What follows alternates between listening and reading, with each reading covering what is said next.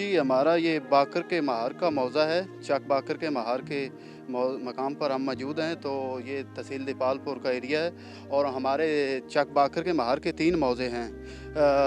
चक बाकर के महार और महार बाकर। जो तीनों मौज़े हैं वो मुकम्मल तौर पर हमारे डूब चुके हैं और जो पहले पानी आया था अगर उसकी निस्बत ये पानी बहुत ज़्यादा है, तो हम नहायत ही पुरज़ोर अपील करते हैं फ़ेडरल गवर्नमेंट से कि वो इंडिया से फ़ौरी जवाब तलब करे कि ये जो आबी जारियत है आए रोज़ हो रही है, इसको मुकम्मल तौर पर रोका जाए, या तो इसका अमल ये बनता है कि सिंध तास के मुआहदे के मुताबिक जो पानी है वो छोड़ा जाए, ताकि हमारी जो फ़ेडरल गवर्नमेंट है उसकी भी ज़िम्मेदारी बनती है कि इसका जो मुकम्मल लाए अमल है वो तैयार कर लिया जाए। अगर आए रोज़ ही भारत ने हमारे नुकसानात करने हैं तो ये तो बहुत बुरी बात है। तो हम जो मौजूदा सूरत हाल है हमारे मौज़े चक बाकर के महार की, तो हम इससे आपको अपडेट करते चलें कि हमारे जो बाकर के महार की ज़ैली आबादियाँ थी जहाँ पर हम मौजूद हैं, तो आपको थोड़ा सा पीछे देखें तो थोड़ा सा एक कार्नर नज़र आ रहा है। ये जो आबादी थी ये तकरीबन 100 घर पर मुश्तमिल थी।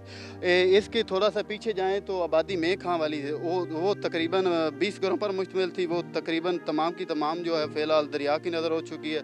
अगर आधा किलोमीटर आगे जाएँ तो वो आबादी थी हाजी जहांगीर अहमद, जो मेरे दादा अबू के नाम पर मौजूद थी। वो तमाम की तमाम दरिया की नज़र हो चुकी है। लाखों का नुकसान करोड़ों का हो चुका है।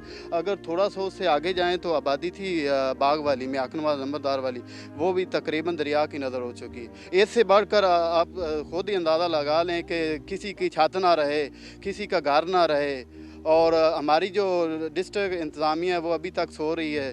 कोई डीसीओ का इधर बंदा नहीं आया या ख़ुद डीसीओ ने इधर खुद चक्कर नहीं लगा।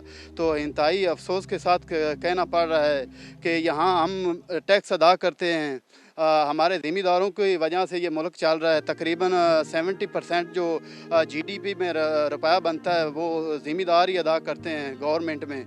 तो इंतहाई अफसोस के साथ कहना पड़ रहा है कि हम पुरज़ोर अपील करते हैं।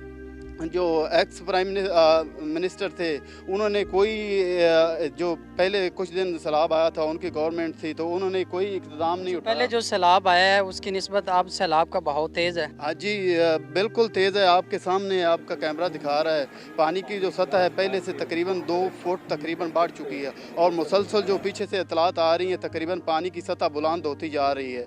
ये मतलब जो पानी यहाँ पर चल रहा है वो तकरीबन कोई 1.25 लाख के दरमियान ये रेला इधर पहुँच चुका है, और जो पीछे से इतलात आ रही हैं वो तकरीबन तजावज़ कर चुका है, यानी कि 2,78,000 के करीब पहुँच चुका है। तो ये मुकम्मल तौर पर खतरे की घंटी बज चुकी है। तो हम नहायत ही पुरज़ोर अपील करते हैं कि जो फ़ंड जारी करे गवर्नमेंट इंतज़ामिया वो यहाँ तक पहुँचने चाहिए। पहली बात तो मैं गवर्नमेंट से करना चाहता हूँ कि जब तक आप करप्शन को ख़त्म नहीं करेंगे उस वक़्त तक आपका मुल्क पाकिस्तान नहीं चलेगा।